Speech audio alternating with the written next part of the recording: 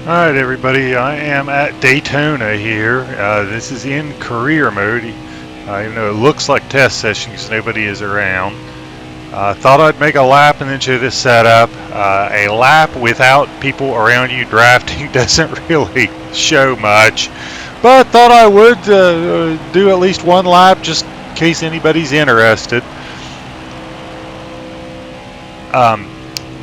There's not much to talk about when it comes to restrictor plates and the line you run. You mash the gas, you turn left. You pretty much need to stick to the yellow line.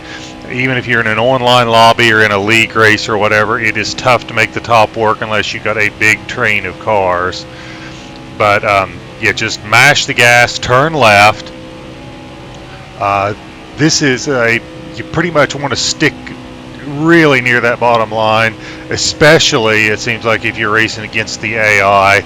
I will go to the setup here as soon as I cross the start finish line, and you guys can see what I'm running here. Really hard to go by lap times when you don't have anybody around you, and you really need to measure a setup for this kind of in the draft to see how it does. But anyway, this is the setup. I run the bump and rebounds at 3 across the board. I just feel like that gives it a little smoother ride. I am all over the place on the front weight and wedge, and this is the only place that I do that.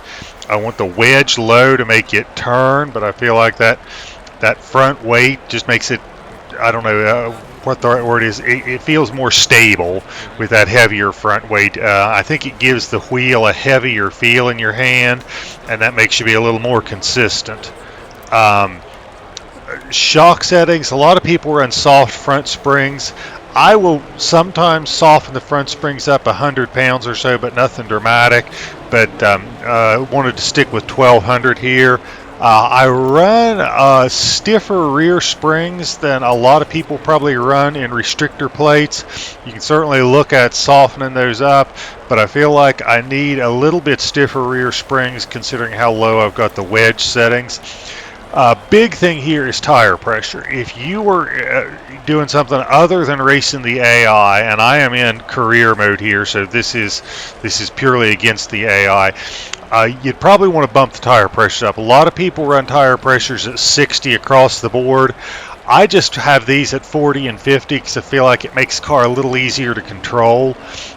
When you go 60 across the board, I kind of feel like you got balloons underneath you, which makes it fast, all that air pressure, but I think it makes it a little harder to control. And quite honestly, in career mode, I don't need that extra little bit of speed because you're just running against the AI. But if you were running this against real drivers, I would definitely recommend bumping up those tire pressures. Other than that, I don't know that I have a whole lot to say about it. Anyway, this is the setup. I'm not sure it is one of my best setups, but I think it works okay.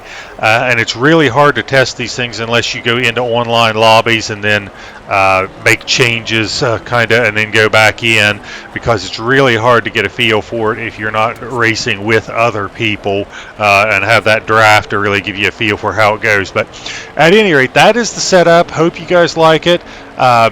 I think I deserve some credit for being honest here and just telling you kind of the pros and cons of the setup. I don't think a lot of people would be willing to do that, but at any rate, do me a huge favor, like the video, check out some of my other videos. If you like the content, subscribe to the channel. Appreciate the support so much from you guys, and with that, I will tell you guys have a great day, and hope this setup works well for you.